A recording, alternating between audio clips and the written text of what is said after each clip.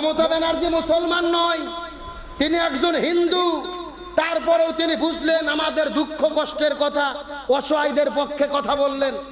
যেখানে তাম পৃথিবীর মুসলমান বিশ্ব কথা বলতে পারে না, মমতা সেই কথা বলার মাধ্যমে যে সাহস দেখিয়েছেন, নিঃসন্দেহে তাকে স্যালুট দেওয়া দরকার। আসসালামু আলাইকুম ইসলাম দরদি ভাই ও বোনেরা, দেশ এবং দেশের বাইরে থেকে যারা আমার এই ghost SAR Islamic YouTube channel দেখছেন তাদেরকে জানাই আমার আন্তরিক প্রীতি ও শুভেচ্ছা, ভালোবাসা ও সালাম।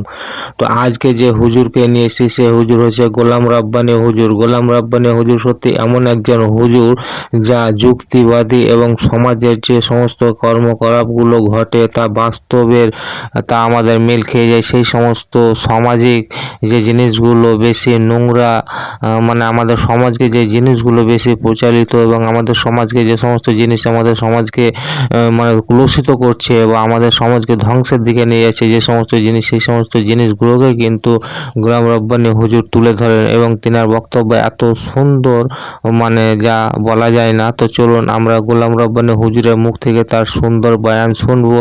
মমতা ব্যানার্জি মুসলমান নয়, তিনি একজন হিন্দু। তারপরেও তিনি বুঝলেন আমাদের দুঃখ কষ্টের কথা, অসহায়দের পক্ষে কথা বললেন।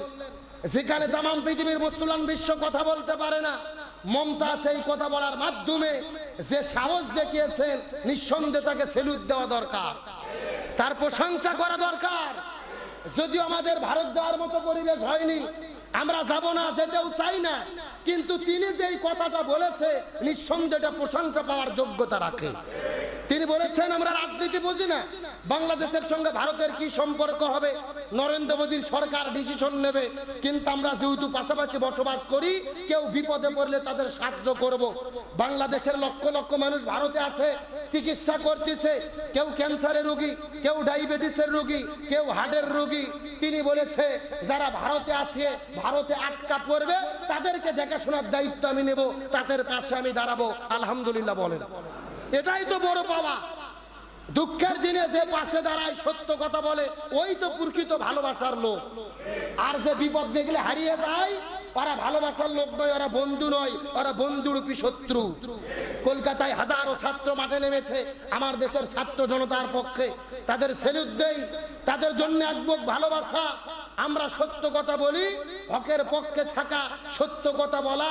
অন্যায় যে করে আর অন্যায় যে সহে, উভয়ই একই অপরাধে অপরাধী। আর জালেম এবং মাজলুম যখন দুই ভাগ হয়ে যায়, আপনি জালেমের পক্ষেও নাই, মাজলুমদের পক্ষেও নাই, চুপচাপ বসে আছেন। ইসলামী শরীয়ত বলতিছে আপনি চুপচাপ বসে থাকার মাধ্যমে মূলত আপনি জালেমদের পক্ষেই অবস্থান নিয়েছেন, কারণ আপনি চুপচাপ বসে আছেন। মুনাফিকি নীতি, না মাজলুমদের পক্ষে না জালেমদের পক্ষে, নীরবে সহ্য করতেছেন। আজকে অন্য জনের সন্তান বুকে গুলিকে শহীদ হয়েছে, মনে রাখবেন এই গুলি একদিন আপনার সন্তানের বুকেও লাগতে পারে। এই জন্য সাবধান। সবাই সত্যের পক্ষে, কিছু কিছু মুনাফিক ছাড়া, বোবা শয়তান ছাড়া ছাত্রদের পক্ষে দাঁড়ায় নাই। বাংলাদেশের যে কোনো ইস্যুতে সত্যের পক্ষে কথা হয়, কিন্তু শিক্ষার্থীদের পক্ষে দাঁড়াতে পারেনি। ওই ব্যারিস্টার সুমন, সাকিব আল হাসান, মাশরাফি, যারা যারা ছাত্রদের পক্ষে কথা বলেনি, পক্ষে দাঁড়াতে পারেনি, ছাত্রদের ভালোবাসায় তোমরা সেলিব্রিটি হয়েছো। মনে রেখো, সময়ের পরিবর্তন হলে সুযোগ সন্ধানী মুনাফিকদেরকে ছাত্র জনতা বয়কট করতে বাধ্য হবে। তার কারণে ওরা সুখের দিনে লাল ফুলের তোড়া নেবে, সংবর্ধনা নেবে, ছাত্ররা বিপদে পড়লে এরা পাশে। আরে ভাই, পাশে না দাঁড়ালেন একটা কথাই তো তারা শক্তি পায়। তাদের পক্ষে একটু কথা বলেন, সমর্থন করেন, এটাও করতে পারে না। আল্লাহ রাসূল বলেছেন হাদিস শরীফের মধ্যে, মান রাআ মিনকুম মুনকার, তোমাদের মধ্যে যদি অন্যায় হয় তোমরা তখন সেটাকে হাত দিয়ে বাধা দাও। রাসূল বলেন ফাইল্লাম ইস্তাতি, যদি সেটা করতে না পারো ফাবি লিসানিহি, মুখ দিয়ে বাধা দাও। রাসূল বলেন ফাইল্লাম ইস্তাতি, যদি সেটাও করতে না পারো ফাবি কলবিহি, অন্তর দিয়ে ঘৃণা করো। রাসূল বললেন এটাও যদি করতে না পারো, মনে রেখো তোমাদের ভেতরে কোনো ঈমান নাই, তোমরা টাটকা মুনাফিক। এই জন্য সাবধান। পারলে হাত দিয়ে বাধা দেব, না পারলে মুখ দিয়ে নিষেধ করব, না হলে অন্তরে ঘৃণা করে ওটাকে ঘৃণা করে বন্ধ করার চেষ্টা করব। তবে চুপচাপ থেকে ওটাকে সমর্থন করে ইমানদার বলে দাবি করা যাবে, ওই ইমানের চার পয়সার দাম আল্লাহর কাছে নাই। এদের সম্মানকে কে বৃদ্ধি করে দেয়? এই যে 2 দিন আগে আমাদের রংপুরে শহীদ আবু সাইদ নিজের অধিকার প্রতিষ্ঠা করতে গিয়ে নিজের বুককে পাঠিয়ে দিয়ে গুলির কাছে বন্দুকের কাছে জীবন দিয়ে শহীদ হয়ে চলে গেল। বলেন তো শহীদ হয়েছে, তার সম্মান বাড়ছে না কমছে? তার সম্মান বেড়ে গেছে। এই দুনিয়ার সমস্ত মানুষ তাকে চিনত না। শহীদ হওয়ার মাধ্যমে তার গুলির সামনে বুক পাতিয়ে দেওয়ার ভিডিও তাম পৃথিবীতে ছড়িয়ে পড়েছে।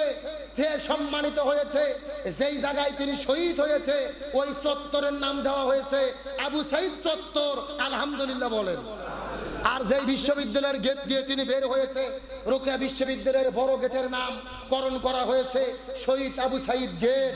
তার মানে তার নাম কিয়ামত পর্যন্ত বাংলাদেশ যতদিন থাকবে তার নাম ততদিন মানুষ স্মরণ রাখবে, তাদের ইতিহাস লেখা হবে। আজকে যারা অধিকার আদায় করতে গিয়ে জীবন দিচ্ছে, আজ হোক কাল হোক 100 বছর পরে হোক, এদের নাম ইতিহাসে লেখা থাকবে। এই বাংলাদেশের স্বৈরাচার ইরশাদ সরকারকে বিদায় করে দেওয়ার জন্য যার নাম প্রথমে আসে নূর হোসেন, ঢাকা শহরের 0 পয়েন্টে নূর হোসেন শহীদ হয়েছে, তার নাম ইতিহাসে লেখা আছে, সবাই তাকে স্মরণ করে। আমি বিশ্বাস করি আজকেও যারা অধিকার প্রতিষ্ঠার জন্য জীবন দিচ্ছে এদের নামও ইতিহাসে লিপিবদ্ধ থাকবে ইনশাআল্লাহ। আর যারাই জুলুম করতেছে এদেরকে ভৎসনা দেবে কে? যেই পুলিশ ইউনুস আলী আবু সাইদকে গুলি করেছে বুকের ভেতরে, গতকাল দেখলাম এর বাড়ি হলো পাটগ্রাম লালমনিরহাট জেলা। তার বউ তার স্ত্রী তাকে ডিভোর্স পাঠাইয়া তালাক দিয়ে দিয়েছে। বলেন আলহামদুলিল্লাহ। তার স্ত্রী বলতেছে নিরপরাধ মানুষকে কেন গুলি করলে, একটা বাবা মার বুককে কেন খালি করলে? আজকে সে চাকরি টিকানোর জন্য, প্রমোশন পাওয়ার জন্য ছেলেকে হত্যা করেছে, তার বউ তাকে ছেড়ে দিয়ে চলে গেছে। আল্লাহর কোরআন বলে ওয়ামাকারু ওয়ামাকারাল্লাহ, তারাও ষড়যন্ত্র করে, আল্লাহর কৌশল অবলম্বন করে। কার কৌশল বাস্তবায়ন হবে? আল্লাহর কোরআন বলেন আমার আরাদান যিকরি ফাইন্না লাহু মাঈশাতান দনকা। যারা কোরআনের আইন বাদ দিয়ে জনগণের উপরে জুলুম করে দুনিয়ায় শান্তিতে থাকতে চায়, আল্লাহ চ্যালেঞ্জ করে বলে না, অন্যায় করে জুলুম করে পরিবারে শান্তি থাকবে না, অশান্তিতে ভরে দেবে কে? আজকে তুমি অন্যায় ভাবে লক্ষ টাকা কামাই করতেছো, বাড়ির যে দেখে বইয়ের ক্যান্সার, শরীরের ক্যান্সার। হ্যাঁ বন্ধুরা, আজকের ভিডিও কিন্তু এই পর্যন্ত।